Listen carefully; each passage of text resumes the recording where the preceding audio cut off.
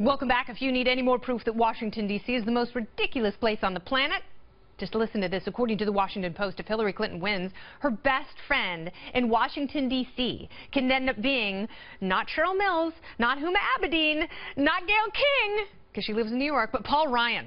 That is right, the most conniving Democrat on earth and the most powerful Republican in the country, holding hands, skipping into the sunset. Now, of course, Ryan would have to hold on to his majority as well. And here's why they'd be such besties. They'd each need each other, of course. And if either would want to get anything done, they're going to have to pal up pretty soon. Guy Benson is with me. He's a political editor of Townhall.com. He's also a Fox News contributor and a fine analyst, I might say. Guy, welcome back. Good evening to you, Kennedy. And to you as well. I think this is the most intriguing political relationship we've seen since Margaret Thatcher and the Queen. Am I wrong? Oh, that's an interesting one. Yeah. I would say that this is a stretch. I read the Washington Post story, and of course, when you're a very powerful Republican in Congress and there's a Democratic president, there's going to be some interaction. But let's remember, Paul Ryan and Hillary Clinton ideologically are diametrically opposed on a lot of things. And even if it weren't just an ideological issue that they were facing, they also have political concerns. Paul Ryan not wanting to see overly chummy with a woman who is reviled by almost everyone in the Republican Party, and Hillary Clinton constantly worried about her left flank because she's still having PTSD from 2008, getting beaten from her left by Barack Obama, and never wants to allow any criticism along those lines. Same thing almost happened in 2016 when so many of those young basement dwellers were feeling the burn. But will Paul Ryan be her Tip O'Neill if she's the Ronald Reagan? Oh, boy, I can't concede the idea that Hillary Clinton is anything like Ronald Reagan. Magnanimous, successful at communicating, well-liked by people, generally trusted. He's nothing like her, was nothing like she is now. But, of course, they're going to have to work together on some things. That's how the system works. I'm not sure that it'll be her best buddy necessarily, Paul Ryan, because it's very important what happens in the Senate. That is going to be a very, very close race. Republicans still have a narrow opportunity, I think, to hold their majority, even with the whole firestorm around Donald Trump right now. But there's at least a 50-50 shot. Chuck Schumer's the new Democratic leader, the new majority leader, that is, in the Senate.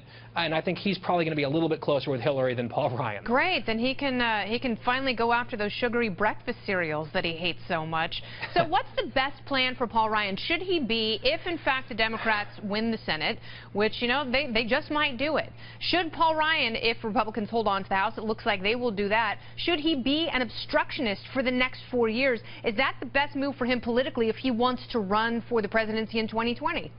I think the best move for Paul Ryan from now through her entire presidency is to drink heavily.